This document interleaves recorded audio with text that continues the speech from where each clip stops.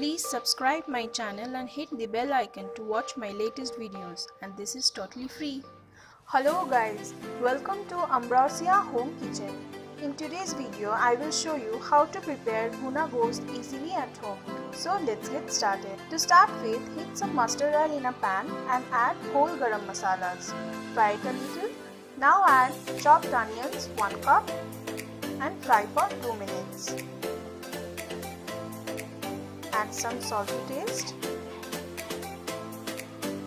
and give a mix.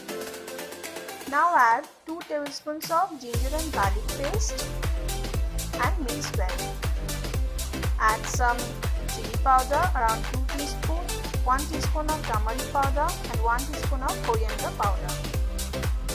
Mix all of them together. Now add 1 cup of curd and 1 cup of chopped tomatoes. Mix very well. Now add boiled muttons 500 grams. I have boiled this mutton with some salt and garlic for 4 whistles in the pressure cooker. Now cook this mutton for about 10 minutes. Don't add any water as it will cook on its own. Now after 10 minutes, finally add 1 teaspoon of Garam Masala powder and give a good mix. That's it.